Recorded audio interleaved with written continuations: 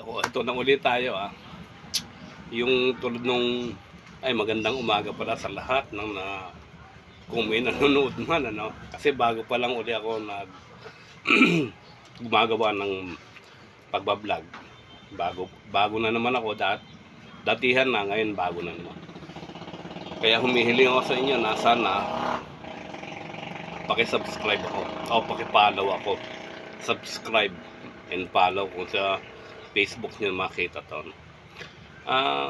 Nung huling video ko, sinabi ko sa inyo yung tungkol sa West Philippine Sea na nagkakaroon ng mga maliliit na kaguluhan between Philippines and China. Yung tulad nung huling-huli nito na kailan lang, wala pang isang linggo, yung paluan na nangyari.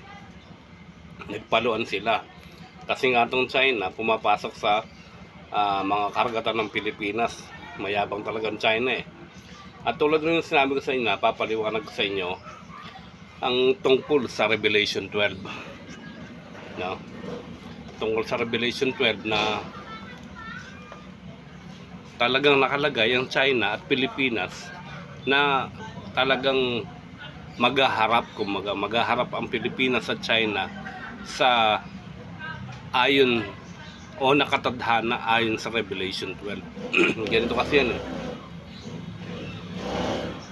Kung babasahin mo ang Revelation 12, may nakalagay doon na isang dragon na may 7 ulo at 10 sungay. Isang dragon na may 7 ulo at 10 sungay, sabi doon sa Revelation 12. Ang sinasabi naman ng iba, si Satanas o si Lucifer ang sinasabi ng iba. Ito naman ang sa akin, hindi pwedeng si Satanas yun, dahil si Satanas matagal na yan, wala pang dragon na yan nandyan na yan Ito yan yung sinasabing isang dragon. Ganito pala pagkakasabi, mali. Isang dragon na mapula na may 7 ulo at 10 sungay. Ngayon, kung pag-aaralan mo ang China, mula kay Xi Jinping, yung presidente nila, pababa, 7 yan. 7 silang namumuno sa China. 7 yan. Pinakamataas si Xi Jinping, tas may 6 pa nakasunod niya. 7 silang ulo. Kumbaga, lahat siyang ulo na yan, may kapangyarihan yan. Lahat yan, pag nagsalita yan, batas. Kumbaga sa China, batas ang mga salita niyan. Kahit na pag-aralan nyo yung 7 heads of China, makikita nyo yan. Tapos sinasabing mapula, isang dragon malaki, sabi sa Revelation 12, at mapula. O di ba malaki ang China, kulay-pula ang bandera nila, pula sila. Lahat na makikita mo China, pula ang kinukulay sa China daw. O yun, doon pala makikita mo na siya yung binabanggit na may 7 ulo. Yun nga sinasabi ko sa inyo, mula kay Xi Jinping pababa, 7 silang namumuno sa China. Tapos may 10 sungay, sabi 10 sungay. Ano yung sungay, sabi? Iba hindi may paliwanag do. Tulad ko, sinasabi ko sa inyo, huwag niyong isipin na magaling ako sa Bible. Huwag niyong isipin na napakagaling ko, napakarunong ko sa Bible. Hindi. Kahit nga yung mga verse, hindi ko alam Maliban dito sa Revelation 12 na binigay, pinaintindi sa akin, kaya naiintindihan ko. Pero sasabihin niyo, magaling ako sa Bible. Hindi. Wala akong talagang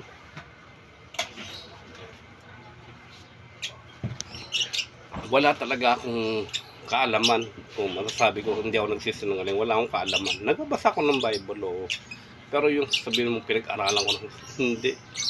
Pinag-aralan ko ng gusto yan, hindi. Wala akong ganong kaalaman sa Bible. Hindi ko naman ako nagsasabi lang ang totoo, hindi ako nagsisinungaling Pero bakit naintindihan ko ang Revelation 12? Hindi ko alam. Binigay kay Lai, paliwanag ko. Nasaan na tayo? isang dragon na may 7 ulo, no? Sinabi ko sa inyo si Xi Jinping.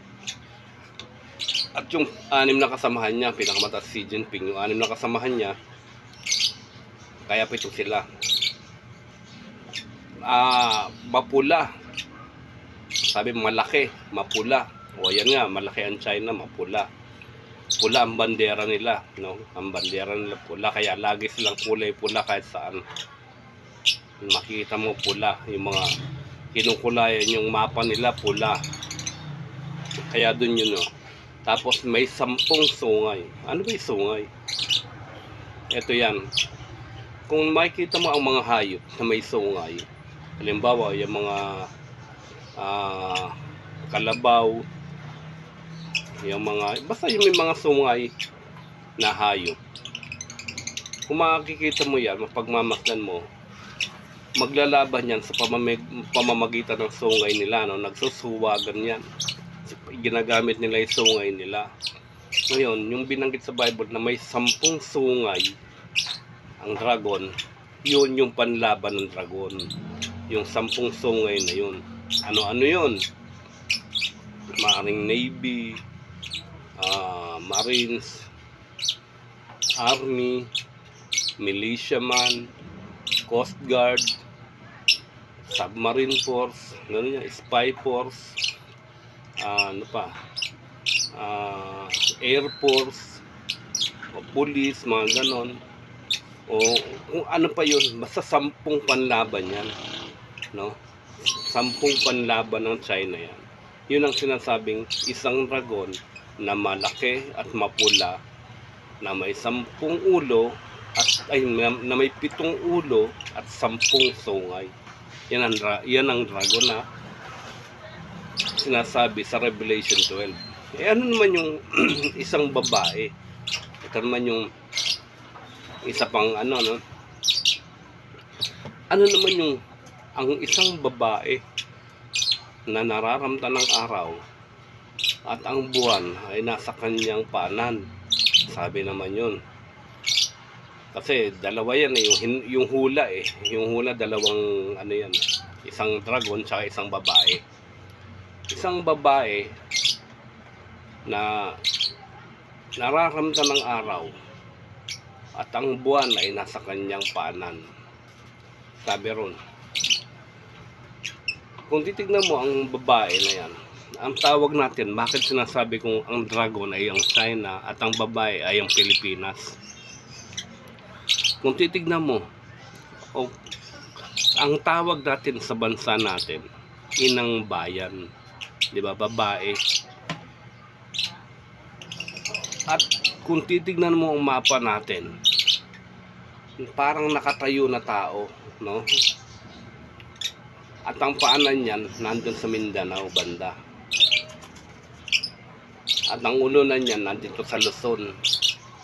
Ngayon, at ang buwan ay nasa kanyang paanan, sabi. Ano ang nasa ilalim ng Pilipinas? Di ba? Nakatayo ang Pilipinas sa mga bansang Indonesia at Malaysia. Ano ang sinisimbolo ng mga bansa na yan?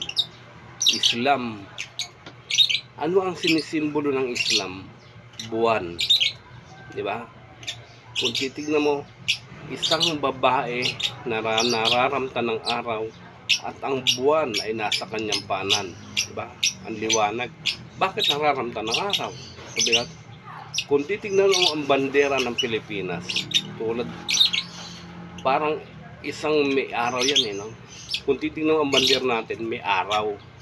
Kaya yun, lahat yan, sinasabing damit yan ng bawat bansa, ang bandera. Minsan nakadamit nga yan sa mga atleta natin, di ba? Sa mga namumuno sa bansa. Sa atin, minsan dinadamit natin yan, may araw. Yun, ang isang babae na nararamtan ng araw at ang buwan ay nasa kanyang paanan. Yun ang paliwanag sa bansa natin. Mahaba pa yan. Pag binaybay mo yung Revelation 12, mahaba pa yan. Lahat yan nangyayari na. At susundan nyo lang ako, ikukwento ko lahat sa inyo. At papaliwanag ko lahat sa inyo. Lahat. Sabi ko nga sa inyo, huwag niyong isiping marunong ako sa Bible. Kahit mga verse na yun, hindi ko naintindihan. Pero ito lang Revelation 12, ang naintindihan ko. Ibinigay kasi. Kaya hindi ko may inuwasang hindi ipaliwanag. Magandang umaga. Ako si Samboy na susunod yung iba pang paliwanag sa Revelation 12. Sundan nyo lang ako at malalaman nyo lahat na Pilipinas pala at China ang binabanggit. Kaya nangyayari ang lahat ng to sa West Philippine Sea. Yan ang nakatadhana. At maganda ang kalalabasan yan. Malalaman nyo sa akin bandang huli. Maganda ang kalalabasan yan. Salamat sa inyong lahat. Samboy TV.